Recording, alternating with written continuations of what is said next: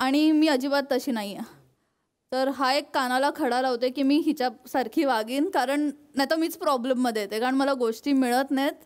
मला असं वाटतं की शिस्त असावी घराला, म्हणजे आपले कपडे पण म्हणा जागेवर ठेवावेत, आणि ती वस्तू जागेवर ठेवली की पुढच्या वेळी शोधावी लागत नाही, जागेवर ठेवली की लगेच मिळते. म्हणजे त्यामुळे मला स्वच्छता लागते. मी घरात असले की सगळं साफसफाई 15 दिवसाने, म्हणजे माझं स्वतः लक्ष असतं. आल्या आल्या मी असे कुठनंही आउटडोअरवरून आल्यावर म्हणजे असं म्हणजे आउटडोअरवरून येणार त्या दिवशी आम्ही सगळं साफ करून ठेवतो. त्याच्या आदल्या मला तेच कळतं की घरात त्या मावशीतपासून आमच्या जे काय आहे ती साफसफाई सुरू होते, म्हणजे उद्या अलका येते. कानाला खडा हा पण एक आहे की कुठे शॉपिंगला वगैरे गेलो, लोक येतात विचारतात तुम्ही अलका खूप अलका, तर ही म्हणते नाही. ते म्हणतात नाही आम्ही तुम्हाला बघितलंय, तर म्हणते नाही, ऐकतच नाही. आणि मग एकदा आम्ही असंच गेलेलो, ती मुलगी विचारते तुम्ही अलका कुबल अलका कुबल, नाहीच करत होती. आणि शेवटी 5 मिनिटांनी तीच मुलगी दुसऱ्यांचे फोटो काढत होती हिच्याबरोबर. मी तो त्रास वाचावा म्हणून मी बरंच. आणि बार्गेनिंग हा एक किस्साच आहे.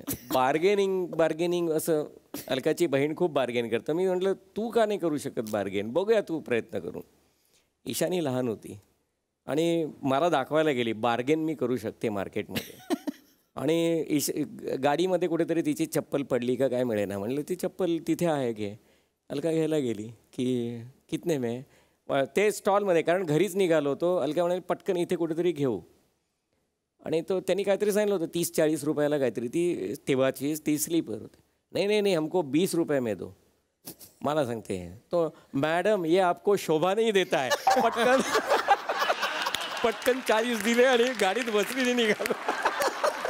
तर आपण आता यांचा निरोप घेऊया, कारण आत्ता ह्याची फ्लाईट आहे आणि ती विमान चालवायचं आहे आणि वेगात चालून आपल्या आईचं नाव राखायचं आहे, अजून वाढवायचं आहे. तेव्हा मी इथे आल्याबद्दल मनापासून तुमचे आभार मानतो आणि